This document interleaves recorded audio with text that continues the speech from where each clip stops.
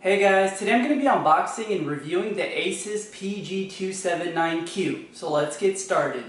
So first we have a disc, a manual, and a couple of instructions. I'm going to place these aside. So next we have the power cables. Next we have an HDMI cable. This is a display port. And lastly we have a USB connector. Okay, now that I've unboxed the monitor, I'm going to go ahead and show a little bit of the physical tour. Then I'm going to go ahead and review it. I turned off the light because there was a glare inside the screen of the monitor.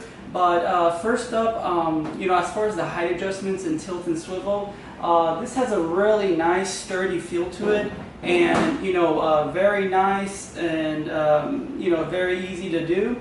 It tilts, swivel, everything and so forth, so that's a really nice feature. So here's the monitor from the back.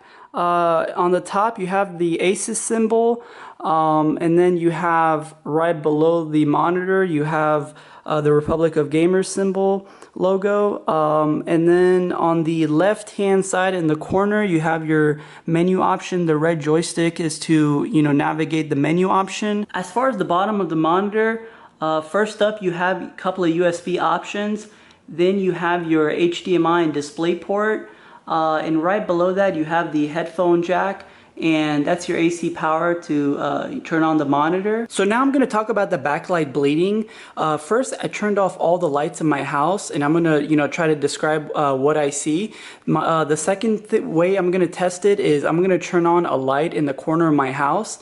There's only so much a camera can show, so I'm going to do my best to describe what I'm seeing.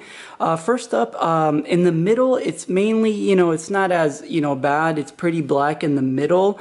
It's only all the corners, honestly. The corners have a little bit of backlight bleeding, especially the top right. Seems like, it wasn't like, fully finished and, as far as the design goes, because it looks like backlight bleeding, but a little bit of leaking light, so now I'm going to go ahead and show the second test with a light on the corner, so I'll be right back. Okay, now I turned on the light in the corner of my house about 15 feet away from my computer. As you can see on the top right, the light is not only leaking, but it looks like a little bit of a defect.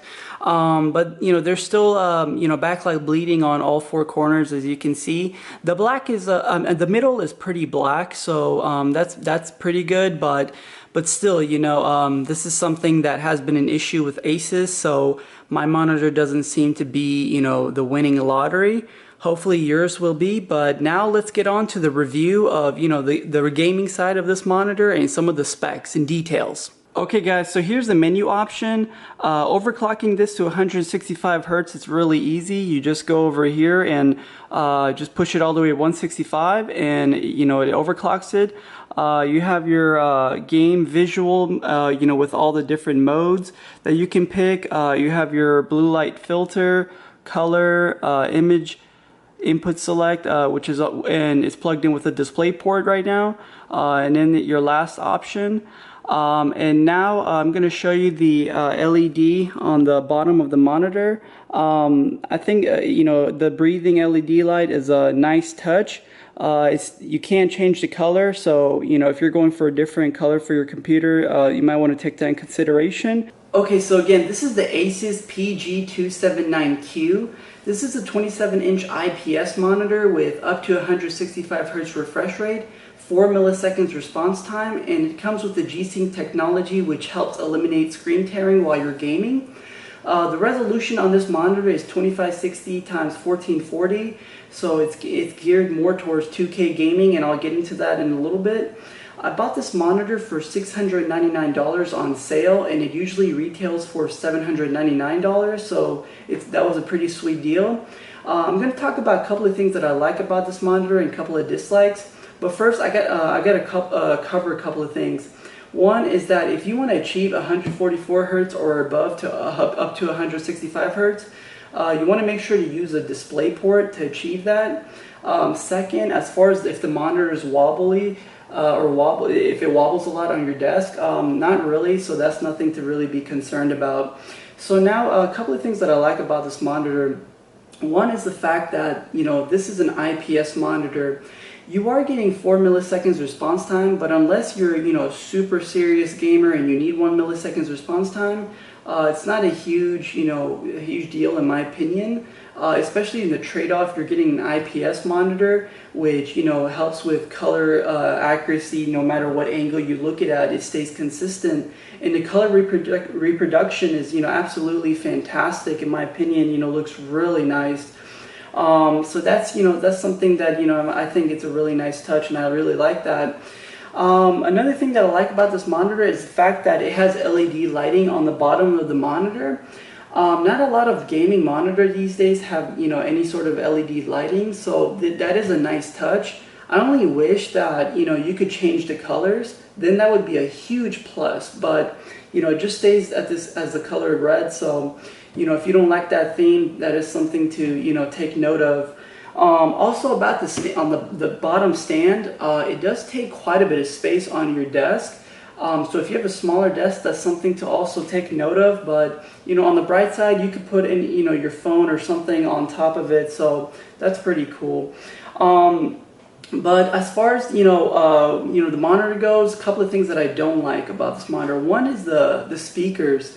The speakers are pretty weak, honestly, and they're not that great. But it just comes with it, and it's just kind of meh. Not that great. But again, not a lot of speakers with monitors these days are great. So that's why you kind of go off and buy computer speakers. I just think for almost $700 you could get maybe a little bit better quality, but I guess that's whatever. Another thing that I don't like about this monitor is the fact the quality issues. Upon opening it and running some tests and so forth, the backlight bleeding isn't a huge deal. Like if you're gaming in daylight and you have a bunch of lights on. But the fact that I showed earlier the backlight bleeding on all 4 edges, and then especially on the top right corner there was a little bit of light like leaking in. It just didn't seem like it was finished. This product wasn't like finished properly. And again, paying such a high premium, you would wish they could improve that. But again, that's nothing huge, because overall this is a really great gaming monitor as far as the performance goes. Whenever you're gaming in 144 hertz or up to 165 hertz, this is a fantastic monitor. Really performs well, and I really like that. Of course, you want to make sure you have the proper hardware. In my opinion, I would recommend at least a GTX 1080 or 1080 Ti. If you have a GTX 1070, you might want to, in my opinion, consider a 1080p type of monitor, which is, again, this is why this is a 2K gaming specifically for 1440p. So that's that. And again, so now it comes down to would I recommend this monitor or not? I do recommend this monitor because it has a lot of nice features. I really do like this monitor. However, you might have to go back and forth with either your retailer, or if you buy directly from Asus, to keep swapping it out until you get the perfect winning trophy monitor with the less backlight bleeding and all of that. So that is the only thing to take in consideration, is that if you get it and it does have like a lot of backlight bleeding, you might have to go back and forth with until you get a really good one. So overall, so I do recommend it. Honestly, other than that, I really do recommend it, especially if you're gaming in daylight or with a lot of lights on. It's not a not a huge deal, but still, you're paying almost $700 if you get it on sale. So that's something to take note of. So now it comes down to its competition, in my opinion, on this monitor, and that's the Acer XB271Q. I'm going to be doing a review next after this review. So after that, then I'm going to do a comparison of both monitors side by side. But as far as this monitor goes so far, other than the backlight bleeding, which can be resolved with swapping it out, I think this is a terrific gaming monitor. And I would really recommend this if you're if you're looking for a gaming monitor. Thank you so much for watching my video, guys. I really hope I was helpful and, pointing you in the right direction. And, I know with, picking a gaming monitor, it can be all over the place and, frustrating, but I really hope that I did my part to help you guys and educate and, be as helpful as I can be.